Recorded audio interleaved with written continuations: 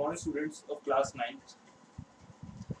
कल हम लोगों ने डिस्कस किया था सम फीचर्स ऑफ डेमोक्रेसी और आज हम लोग डिस्कस करेंगे कि what are the merits and demerits of a democracy, कि एक डेमोक्रेसी की अच्छाइयाँ क्या हैं और एक डेमोक्रेसी की बुराइयाँ क्या हैं, राइट।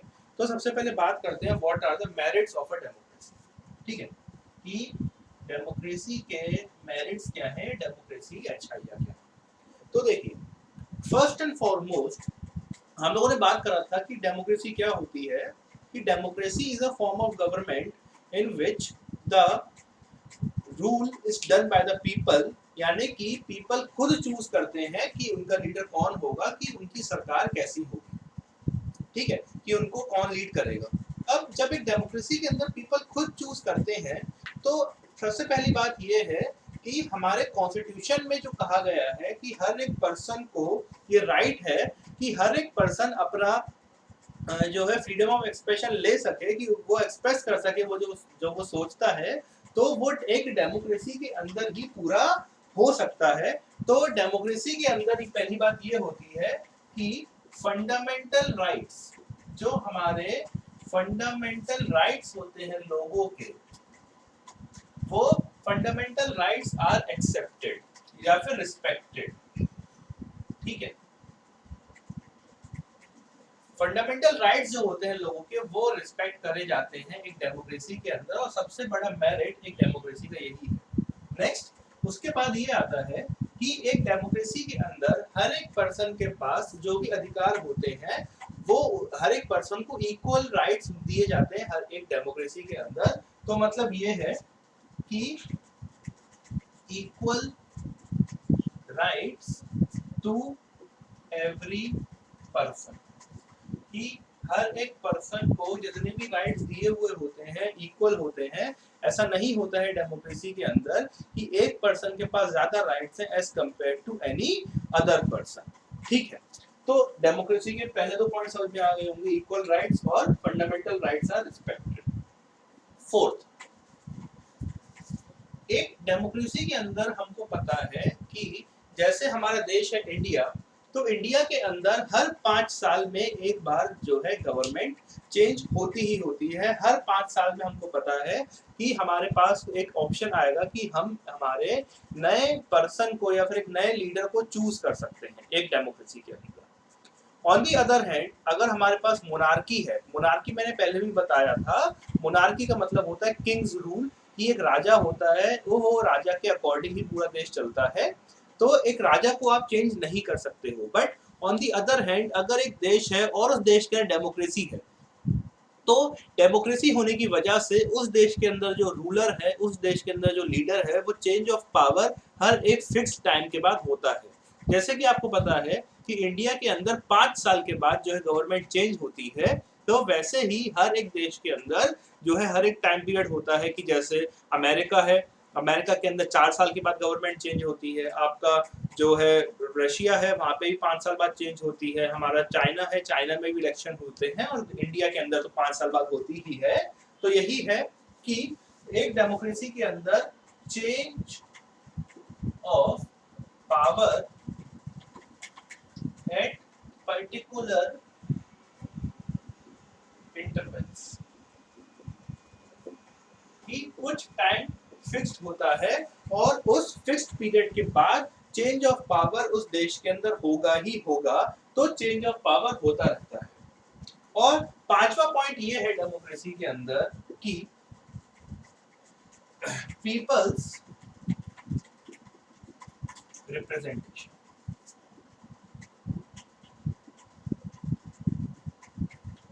कि एक डेमोक्रेसी के अंदर जो लोग होते हैं, लोगों को रिप्रेजेंट करने के लिए पॉलिटिकल पार्टीज होती हैं, और वो पॉलिटिकल पार्टीज लोगों के हित में काम करती हैं। इस वजह से पीपल को रिप्रेजेंटेशन मिलता है। कोई भी एरिया के लोग हों, कोई भी कम्युनिटी के लोग हों, या फिर कोई भी रिलीजन के लोग हों, उनको जो है प्रॉपर रिप्रेजेंटेशन मिलता है एक डेमोक्रेसी के अंदर ही। ठीक है ना। और फिर ऑन दी अदर हैंड, अगर मान लीजिए किंग्स रूल है, मोनार्की है, तो एक मोनार्की के अंदर लोगों के पास प्रॉपर राइट जो है ऐसा रिप्रेजेंटेशन का नहीं आता है, वो सही से रिप्रेजेंट नहीं हो पाते हैं। जबकि एक डेमोक्रेसी है तो डेमोक्रेसी के अंदर वो रिप्रेजेंट हो पाते हैं, उनके पास एक प्रॉपर राइट आ जाता है ना। तो ये आ गया पीपल्स रिप्रेजेंटेशन, ठीक है ना। अब इसके बाद हम बात करते हैं एक डेमोक्रेसी के डीमेरिट्स क्या होते हैं, या फिर ऊपर से लिखते हैं डीमेरिट्स क्या होते हैं नए सिरे से कि what are the demerits of a democracy. तो देखिए डीमेरिट्स भी होते हैं। अब आप कहेंगे कि सर डेमोक्रेसी इतनी अच्छी है तो उसके डीमेरिट को डिस्कस कर रहे हैं, क्योंकि हम लोग बात करते हैं कि हर एक देश में डेमोक्रेसी होनी चाहिए। अब डेमोक्रेसी होनी चाहिए ये अच्छी बात है, बट कई बार कई देशों में ट्रू सेंस में डेमोक्रेसी नहीं आ पाती है। अब हम ये डिस्कस करते हैं कि ट्रू सेंस में डेमोक्रेसी नहीं आ पाती है तो क्या होता है। देखिए पहली बात ये है कि डेमोक्रेसी के अंदर जो पॉलिटिकल पार्टीज होती हैं वो अनफेयर मीन्स को यूज करती है। अनफेयर मीन्स मतलब जैसे अगर आप लोगों ने आजकल जो है न्यूज देखी हो तो न्यूज के अंदर अगर आप देख रहे हो तो एक स्टेट है जिसका नाम है वेस्ट बंगाल, और उस वेस्ट बंगाल स्टेट के अंदर आज की डेट में इलेक्शंस चल रहे हैं, और इलेक्शंस हो रहे हैं वहाँ के जो है राज्य सरकार के लिए, मतलब फॉर द स्टेट गवर्नमेंट। अब क्योंकि वहां पर इलेक्शंस हो रहे हैं तो इस वजह से हर एक पॉलिटिकल पार्टी चाहती है कि इलेक्शंस हो तो हम लोग जीतें, नॉर्मल सी बात है, हर एक पार्टी चाहती है। बट जब पार्टीज वहां पर इलेक्शंस कंडक्ट होते हैं तो वहां पे अगर आप देखें तो वहां पर जो है कई जगह पर जो है ऐसी एक्टिविटीज हो रही है जो कि इलीगल है।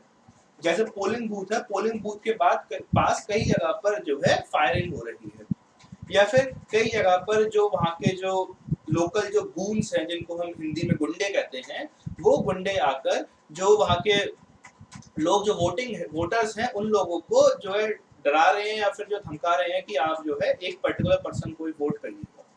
तो ये भी एक डेमोक्रेसी के अंदर होता है कि पॉलिटिकल पार्टीज होने की वजह से जो है अनलॉफुल एक्टिविटीज बढ़ती हैं, तो वही है अनएथिकल कहते हैं हम उसको, unethical use by political party. जो वहां की पॉलिटिकल पार्टीज होती हैं वो अनएथिकल बिहेवियर करती हैं जिस वजह से डेमोक्रेसी को नुकसान होता है, और ये डीमेरिट है डेमोक्रेसी का। दूसरा, एक डेमोक्रेसी के अंदर हमने क्या कहा कि जो है सब लोगों की सहमति होती है किसी भी डिसीजन को लेकर, क्योंकि सब लोग मिलकर ही सरकार चलाते हैं, मतलब the power is in the hand of people. अब जब power is in the hand of people है और कोई भी डिसीजन लेने से पहले जो है बहुत ज्यादा लोगों से पूछना पड़ता है, ठीक है, तो जब कोई भी डिसीजन लिया जाता है और बहुत ज्यादा लोगों से पूछना पड़ता है तो उस प्रोसेस में बहुत ज्यादा टाइम लगता है, तो वही है डिले इन डिसीजन मेकिंग। कि क्या होता है डीमेरिट, कि डीमेरिट एक डेमोक्रेसी का ये भी है कि डिले इन डिसीजन मेकिंग, कि कोई भी अगर प्रोसेस होता है तो उस प्रोसेस को कोई भी डिसीजन लेने के लिए बहुत ज्यादा डिले होती है। डिले इन डिसीजन मेकिंग जो है एक डेमोक्रेसी के अंदर एक नॉर्मल फैक्ट है। थर्ड, जो भी पॉलिटिकल पार्टी पावर में होती है, तो जो भी पॉलिटिकल पार्टी पावर में होती है वो जो है वहां पर जो भी आपका जो इंस्टीट्यूशंस जो उसके अंडर आते हैं उन इंस्टीट्यूशंस का इम्प्रॉपर यूज करती है, उन इंस्टीट्यूशंस को गलत तरीके से यूज करती है, जिस वजह से जो है वो इंस्टीट्यूशन उनके फेवर में काम करें। तो वही है कि improper use of the government institutions by the political party. एक पॉइंट ये भी है कि इम्प्रॉपर या फिर कह लीजिए illegal use of government institutions by the political parties। ठीक है, जो पॉलिटिकल पार्टी होती हैं वो गवर्नमेंट इंस्टीट्यूशंस का इलीगल यूज करती हैं, गलत तरीके से यूज करती हैं, जिस वजह से जो है एक डेमोक्रेसी खराब होती है। और